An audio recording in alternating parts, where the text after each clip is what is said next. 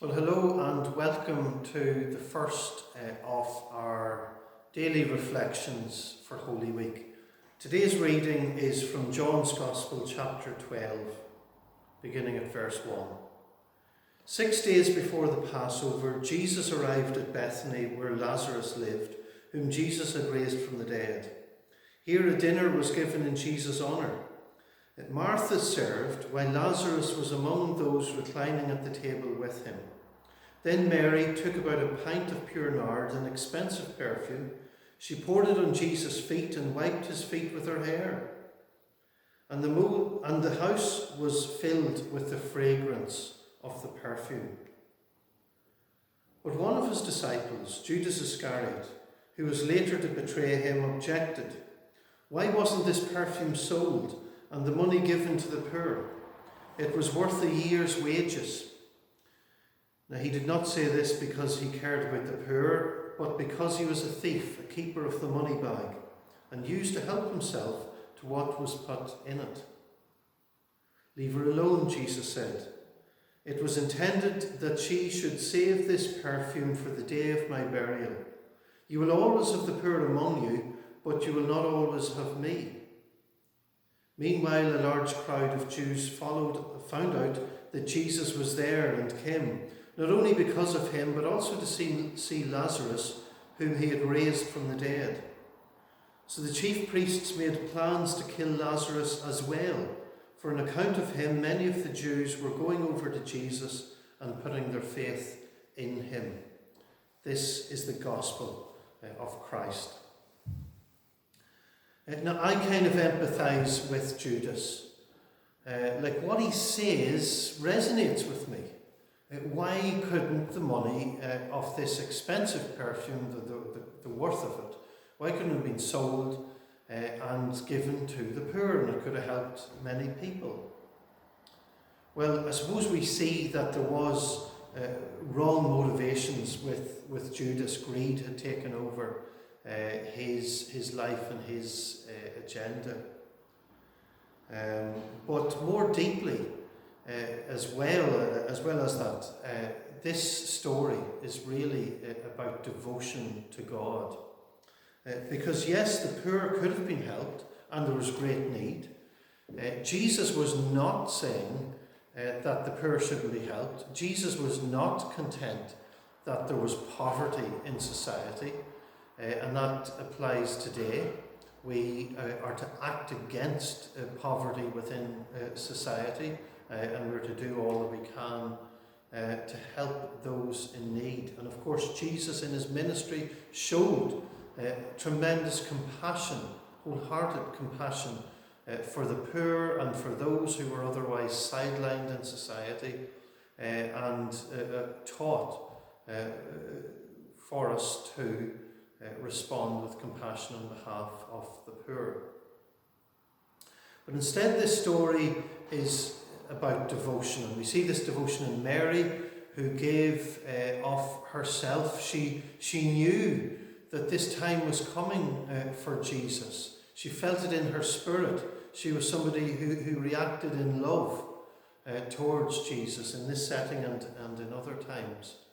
And into this setting where the whole circumstances were leading towards this time at Passover, when there were these dangerous times in Jerusalem, and as we know, leading into this week where Jesus was to be arrested and killed on the cross. Helping the poor in terms of charity, in one sense, could be easy. And we could maybe have loads of money and say, right, I'm giving that to charity and that's my bit done, and I'll just get on with the rest of my life as it is. And certainly, whatever resources we have, we are to use them well and on behalf of others. But this story highlights love for God, and getting that love for God right.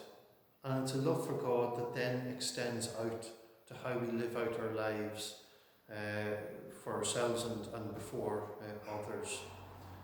Jesus highlighted the greatest commandment is to love the Lord your God with all your heart and strength and soul and mind. And the second is this: love your neighbour as yourself.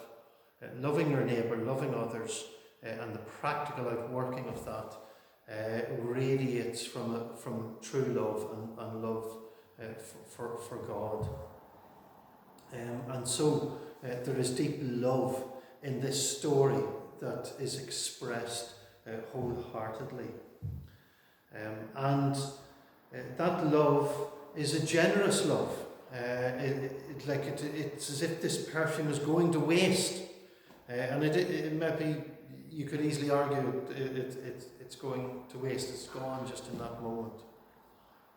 But this is a symbol also of the love of God.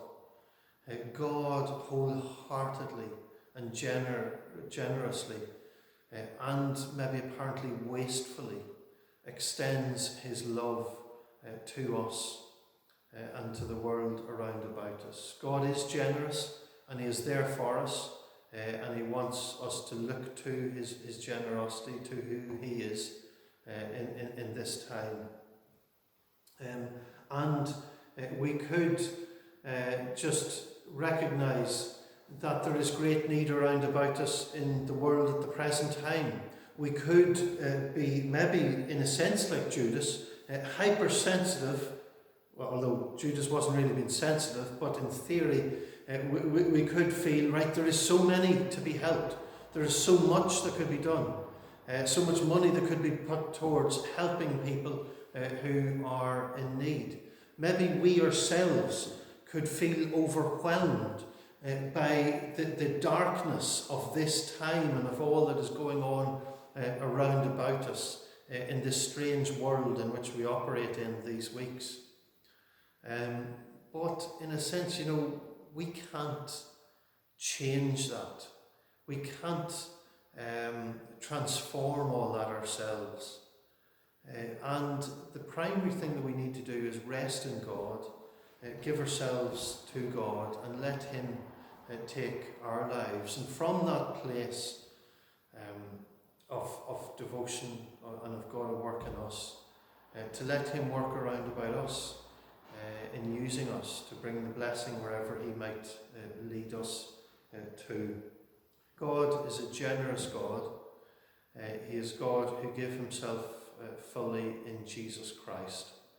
And in this week, let us just be open to God in the journey of this Holy Week, and be ready to allow the impact of Jesus' work for us upon our lives, and to lay ourselves open before God, and to be open to his generous love at work in our lives through Jesus Christ. Amen.